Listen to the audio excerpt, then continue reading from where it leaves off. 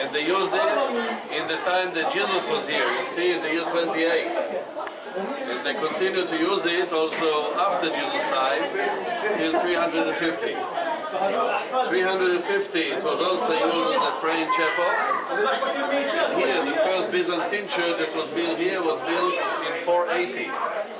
And this is the plan of it. Now, every church in Israel has a focal point. The focal point is something authentic from Jesus' time. And here we have a rock, you see? I will show you this rock inside the church. The belief is that on this rock Jesus stood when he performed the miracle. Now already in this church, the Byzantine church, they put this beautiful mosaic floor. You see? We're going to see the real one. Here is pictures of the mosaic floor.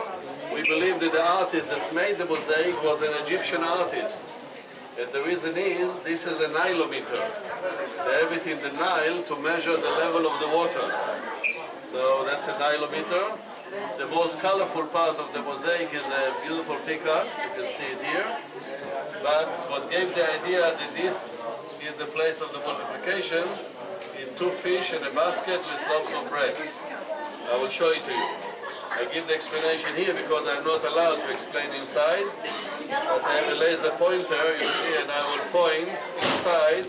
I will show you this, I will show you the peacock, I will show you the rock, and so on. Now, the later church was built in a different angle. And you can see the walls are not parallel. This church I remember. You see, it's a church that was built in 1932, during the British Mandate time. But it was very dark because it was made out of lava stones.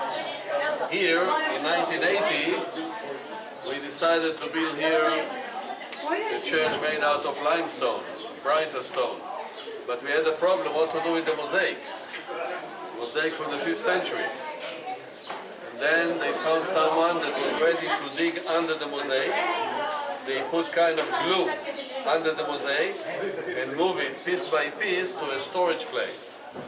They completed the building in 1982 and put the mosaic back. And this is something that I remember. I was already a guide in this year and I remember how they built it, how they moved it and put it back. Really amazing. Mosaic made out of millions of stones was removed and they put it back. The name of the place is Tabgha. Tabgha in Arabic means 7. There are 7 springs in the area. You're going to see the water of the spring in the next place. That's probably noontime, yeah. That's noontime. Now, for the 7 springs.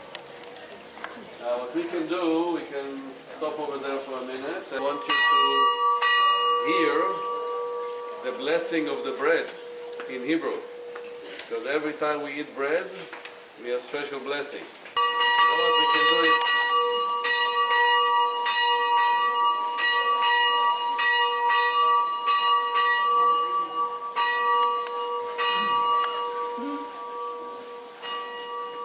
Do we have a volunteer to read? A reading from the Gospel of Matthew. Now when Jesus heard this, he withdrew from there in a boat to a deserted place by himself. But when the crowds heard it, they followed him on foot from the towns. When he went ashore, he saw a great crowd, and he had compassion for them and cured their sick. When it was evening, the disciples came to him and said, "This is a deserted place, and the hour is now late. Send the crowds away so that they may go into the villages and buy food for themselves." Jesus said to them, "They need not go away. You give them something to eat." They replied, "We have nothing here but 5 loaves and 2 fish." And he said, "Bring them here to me." Then he ordered the crowds to sit down on the grass. Taking the 5 loaves and the 2 fish, he looked up to heaven and blessed and broke the loaves and gave them to the disciples. And the disciples gave them to the crowds. And all ate and were filled. And they took up what was left over of the broken pieces, 12 baskets full.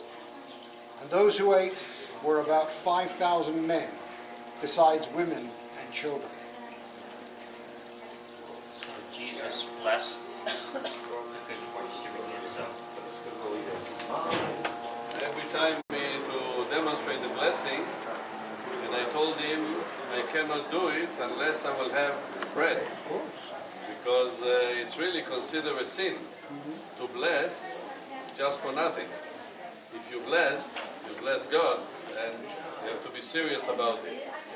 So I think that every one of you can take a little piece and just break it into small pieces. We say, Baruch Ata Adonai Eloheinu melech haolam hamotzi lechem min haaretz. Baruch Ata Adonai means blessed are you God. Eloheinu melech haolam, our God, the King of the universe. Hamotzi lechem min haaretz, the one that brings the bread out of the ground. Okay, so we'll do it word by word and everyone will be able to follow. Baruch, Ata, Adonai, Eloheinu, Melech, Haolam, Hamotzi, Lechem, Min Haaretz. Now we can eat. Now, when we will enter Jerusalem, we can do this blessing, and the tradition is to have some wine when you enter Jerusalem. So we'll try to arrange the wine and bread. This can be used as bread. Unleavened bread, by the way, we ate it for a full week just a week ago, and I still like it. And that's the traditional way to enter Jerusalem. So now what we'll do now, we'll go into the church. I will point with the laser that rock. I will point also the wall of the older church, the one that was built here in 1932. I will point the 5 loaves of bread and 2 fish and the nilometer. Okay, so you'll be able to see.